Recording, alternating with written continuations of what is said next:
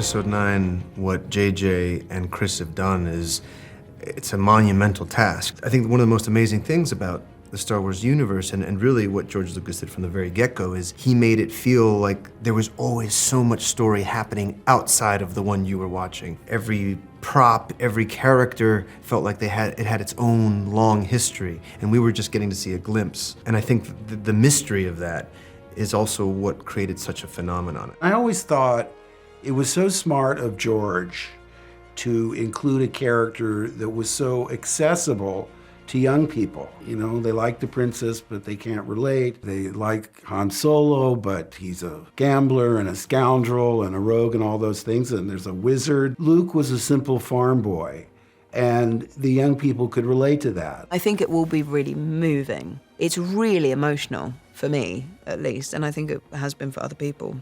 If you took away the space element, it's just like people trying to figure it out and confronted with these really difficult obstacles. There's lots of reasons why those movies have such longevity or touch so many different people from different cultures. Is its specificity with a story, but at the same time is so relatable. Star Wars has changed my life in a lot of ways. It's given me and those I've worked with, I think, the opportunity to do things, be places, collaborate with certain people, tell certain stories that I think we probably wouldn't have been able to otherwise. But at the end of the day, you know, the thing that makes Star Wars work is its sense of humanity, its sense of adventure, its sense of heart. The idea of the most average among us can be the most extraordinary and help, you know, defeat the most terrifying evil. And that's sort of a, you know, an undeniable thing.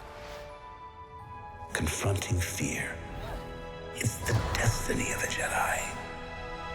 Your destiny.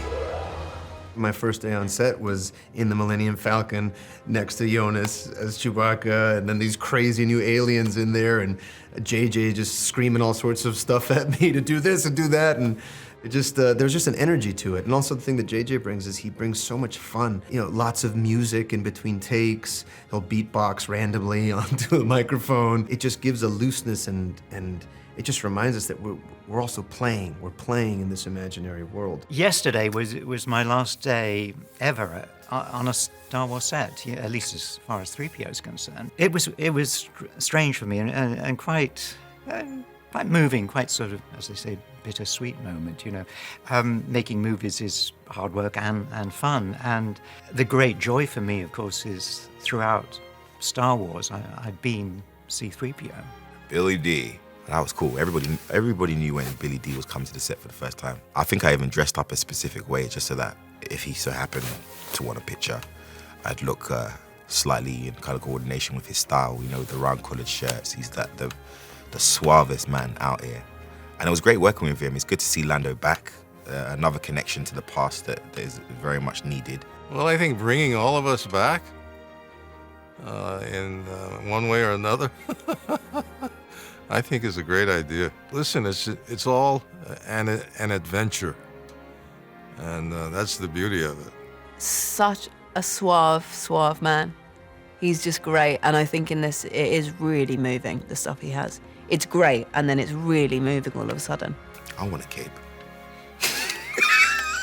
For no reason. He don't even fly, he's got a cape. It's ridiculous. Suave man. People keep telling me they know me. No one does. But I do.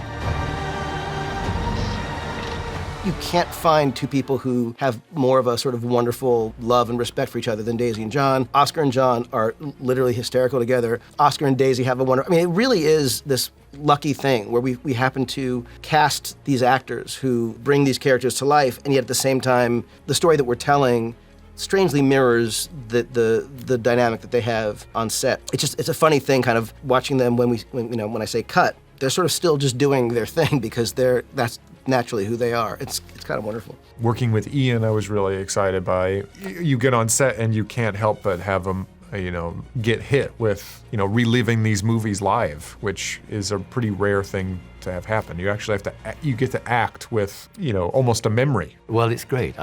Most of my time is spent acting with Adam and with Daisy. I'm hesitating about using the word fun because it's more complicated than fun, but it's very enjoyable, and it's always the same when you work with good, serious actors. You know, you have an instant rapport, and I think we've got that. The stunt team was, paramount. I mean, as they always are, but this one in particular because there's so much fighting. It was great in terms of communication, because I'd be like, oh, if you could just move a bit that way, and he'd be like, oh, if we could just start. It was really nice to be able to have that relationship, because you suddenly think, oh, it's more like a choreographed dance. The theme of redemption is important, not just in Star Wars, but in life. I mean, no one's perfect. Jedis make mistakes. Action speaks louder than words, and everybody deserves a second chance. I think it's a very worthy ending. I hope, obviously, other people do. But the feeling on set is one of joy, and I think everybody here feels really good about what we're doing. And I think that will go onto the screen.